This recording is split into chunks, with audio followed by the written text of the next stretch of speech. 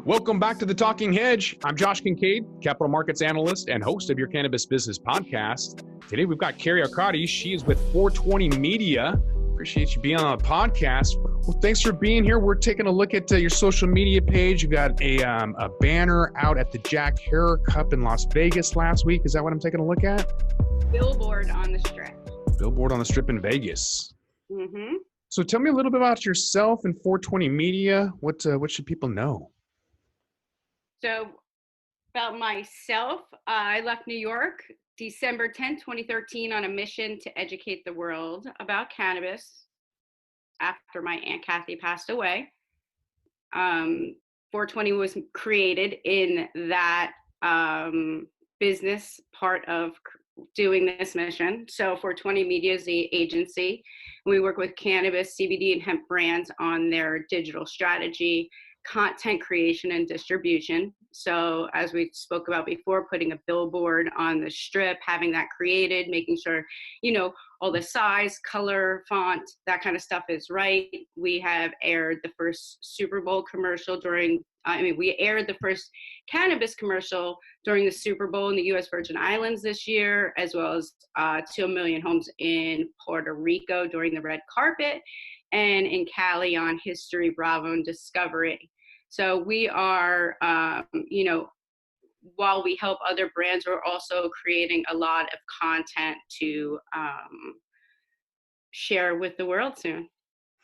And you're fighting stigma too. You're working with some athletes, trying to promote it, professionalize it, normalize it. Totally. And so, yeah, you're kind of all over the place. It's fantastic. Which is why you're on the podcast, because it's end of year. I want to get your opinions about some crystal ball predictions. I know you've been in the game. I know you know a lot of people, which is why you're here today for this particular segment. Not so much on media, more towards just the general economy, everything that is hemp and cannabis with our end of year crystal ball predictions. So with that, Kerri, tell me a little bit about some trends that you've seen that you think will either continue or something new or out of the blue.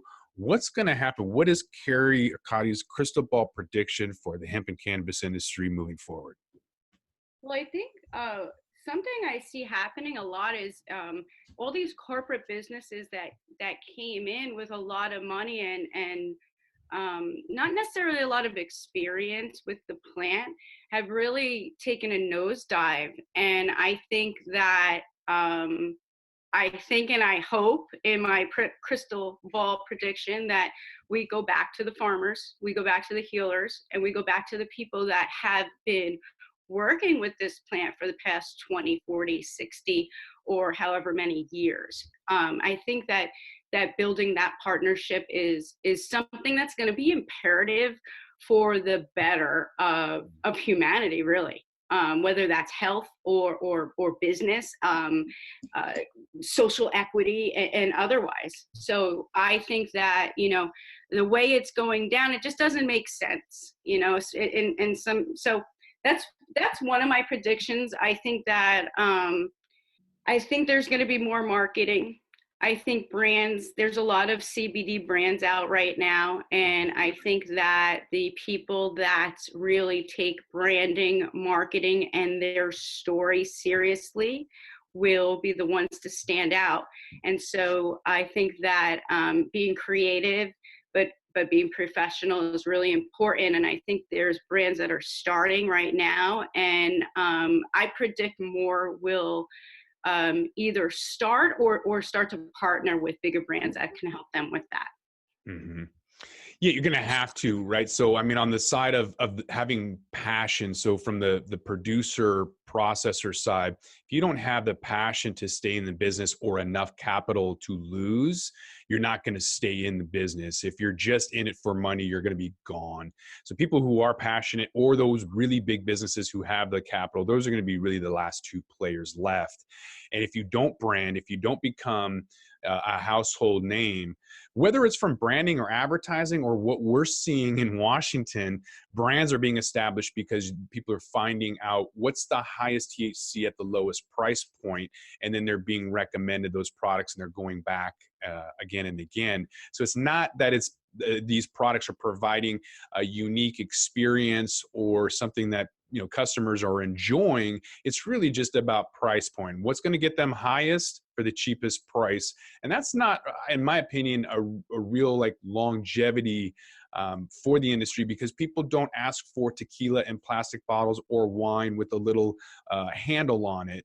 They're asking for quality. And so I really think that it's not there yet for branding, but I think it will be. It's going to be essential, and it's going to take some money.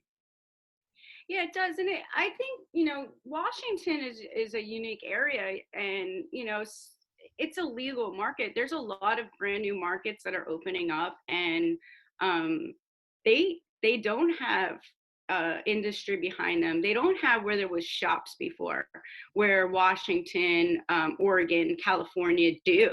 And so there you have history there. And I think because of that history and angst, really, because of previous relationships and things like that, there might be a price issue. When you go, I would say, at the further east you go, that changes. And the issue is products can be great, but if people don't know about them, they don't really exist. Mm-hmm. And I think there's price point is definitely one, but like I said, as you go east and we go into newer markets, there is no comparison price. So to say whether it's cheap or not, that just doesn't exist. And but brands do. Education is going to be huge. I think that we're going to see, there's a lot of people right now that talk about education, and there's not as many providing the education outside of their own pay-to-play education. Mm-hmm. That's not fair, and that's not, it's biased. It's fine, but it's biased. And so I think that educating about the plant in general is going to be a huge component. And I think the standards of the brands that stay aligned with that and keep products that taste good, are affordable, and feel good. So whether that's taking a drink, an edible, it could be smoke in a bowl or a vape pen, whatever, to each his own, right? We all have our own, what we like to how we like to consume. The problem is there's now so many CBD companies, for example, or CBD products, and mass confusion right now amongst the people, right? And including people in this industry like myself, when people are asking me what's the best product, I have a few that I can go to, but I know there's more out there that I don't know about, or I know there's some that I'd like to help bring out more. And you're right, they don't have that budget. They're still making products on a very, homemade scale. And, in order to scale as a business, you have to get out of that for legal reasons. It's really hard to give a national recommendation, even if there is a CVS or Walgreens, Rite Aid, whatever. A lot of those CBD only products don't really have the full holistic potential, since it does take a little bit of THC in order to have that CBD fully get into your receptor cells and provide you with that full inflammation or pain therapeutic property. So I think that if it's only CBD, I think there's a lot of companies out there, like what you've seen with in California. There's the Orange County Housewives TV show where they were, one of the gals had a CBD product with 500 milligrams of CBD, when in fact, when tested, it had 2. It was trace amounts. There's plenty of those snake oil products out there. I'm just not sure at this point in time if there's a national product. I know that Charlotte's Web is out there, but they're having their own issues with the FDA in terms of some claims that they've made, but it has been shown to help with epilepsy. So I know, and that's a great strain, that's a great product, but the CBD only, I'm not so sure about nationwide yet. I mean, it's again, it's a relative thing. I'll tell you, I had a recent experience with CBD, and I'm a full plant active cannabis smoker. Constant. I am a patient. It is my medicine. Mhm. And I went and took a break from smoking for a couple of reasons. But I wanted to see, what I could do.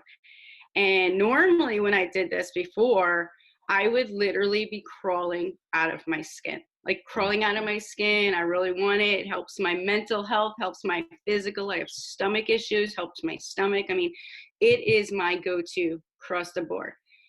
In this time, I didn't have it to go to, and I wasn't even I came to North Carolina, so I wasn't even in a state. I did it purposely. And what I found interesting was I started taking CBD because I had a bunch of products from events I had gone to, and um, taking the CBD every day really helped with those cravings. Mm. And I was shocked myself, and it was my first personal experience. And so I think that there's, it's all relative to what you're trying to fix. And I don't think that we have all the answers yet. So when you're in a state and you can't have THC, should they have nothing? Like, should you not be like able to go through what I was able to experience, which was curb my cravings, and body wise it felt good, but what I noticed was a craving, Mhm. right? And so maybe that can help people with cigarettes, or maybe that can help people with food, or and so I think that we have to be really careful about closing anything out, because jury's still out. It really is. And I know some top medicine makers that aren't even out in the public creating medicine, and they are saving lives, literally saving lives from stage 3 brain cancer, stage 4, prostate cancers, and others. So, I think be nice. There's states that can't have THC. Don't hate on them. Teach them, educate, and tell me why this isn't going to work. Prove it. And if it's working for them, let them do it. The reality though, Josh, as you know, is there's really like, a handful of producers who are actually making product, and the rest are just white labeling it, throwing their sticker on top of it, calling it Kerri's brand, and selling it wherever they are. And so that's the reality of what's going on. It's not like there's 500 new cannabis products. They're just brands from a handful of the product makers. So how will Facebook and Instagram's new rules where you can't have influencers for vaping, how's that going to affect the industry? Is that their rule now? Vaping, you can't vape Brand on. new, you can't be an influencer and take advertising money for vape products. That's just rolled out. So it's limiting the industry even more than it already has. Where is that information? December 18th, according to CNBC, Instagram is going to ban influencers from promoting vaping and guns, not together, but separately. So Facebook and Instagram will no longer allow influencers to promote vaping, tobacco products, or weapons on its platform using branded content. Instagram announced Wednesday it would no longer allow branded content that promotes those products on either platform. You got to be creative, or you have to work with professionals. It's kind of hard to say, because I have to go look at it a little bit, like what defines someone who's an influencer, and does that mean you can't put their logo on, or does that mean you can't show the product, and what there's a and is it legal? There's other background on that, so I'd have to look into it. But it's like what I say about pharma commercials. I mean, we have been watching pharmacy commercials for years with people running on the beach, holding hands. There's one right now with a turkey, and it tells you about all these like side effects, and you're gonna have a heart attack and a stroke and kill someone and do all this stuff. But you don't ever see someone sticking a pill down their throat. You don't see anyone sticking a needle in their arm. You don't see them wearing chemo. So, cannabis needs to get creative or work with 420 Media. That's exactly right. If they're going to just restrict social media altogether, then you might as well just go to the bigger platforms anyways, because if you aren't going to be a national brand, you're probably not going to be around long anyway. So go big or go home. And it's like, and actually, it's not even go big. It's actually, in a sense, it's more go small, go targeted, right? So even when I work with brands, like if you have a retail shop and you're in, let's say, downtown Seattle, there's no reason that you have to advertise in Kirkland or in, Bellevue or any of those other areas per se, when you can target within 8 miles of your shop to reach the audience that the odds are going to come into your shop. You don't need a national ad or that kind of advertising if your product is only in one state. So I think like own that area, own your market before you worry about getting too big, right? Too big is going to be people partnering. Get big enough where people are going to either come to you to partner or expand, maybe license the product. Mm-hmm. There's a lot of new markets opening up, like the U.S. Virgin Islands. They're going to need products. And they're not going to build facilities to create all this products and come up with these recipes and all that kind of stuff, right? It's just they don't need to. So I think marketing should be targeted. Facebook, I think Facebook's great for brands generally, but I think, again, when you're coming to cannabis, CBD, hemp, it's just hard because there's not a guarantee for the most part. You can put up great videos, great photos, and you can get advertising, and then they can pull it, and then it's a fight. And so it depends, again, is like, do you have the team to help fight for you? Who's, how much are you paying for that advertising versus, going and using audio or streaming TV or billboards or whatever it is in that area that's going to be more effective.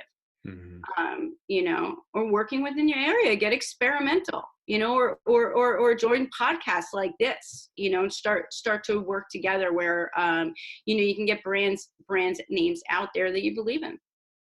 Well, I want to get you back on the podcast at the beginning of the year and talk about the Virgin Islands. You're going to be going back out there for another expo or conference. Yeah. My crystal ball prediction is that more companies will be doing business in Puerto Rico to take advantage of that 4% corporate tax cap. Me and you have talked about that offline. And so we'll have to bring that conversation back up. Why don't you tell everybody who you are, what your company is, and how they can get a hold of you? So I am Kerri Accardi. Company is 420 Media, and our website is 420media.us. Phone number is 425-420-0585, and our handles are usually at 420media_media. With that, we're going to roll this one up. I want to thank my guest, Kerri Accardi of 420 Media. Appreciate you being on the podcast. Thank you. I'm Josh Kincaid. This is the Talking Hedge. Don't forget to like, share, and subscribe, or don't, and I'm out. By the way, if you enjoy the content, please show your support with the cushy gesture of $4.20 a month on the Talking Hedges Patreon page. This will kind of help you spread the word. I've been asked to speak all over the world, from Toronto and Colombia, Spain, Miami, all over, Tokyo. But your support's important to me. I haven't monetized the podcast. I want to be as authentic and transparent as possible. I want to avoid conflicts of interest or even the perception of paid opinions. So don't forget to like, share, and subscribe, or pay me on the Talking Hedges Patreon page, or don't, and I'm out.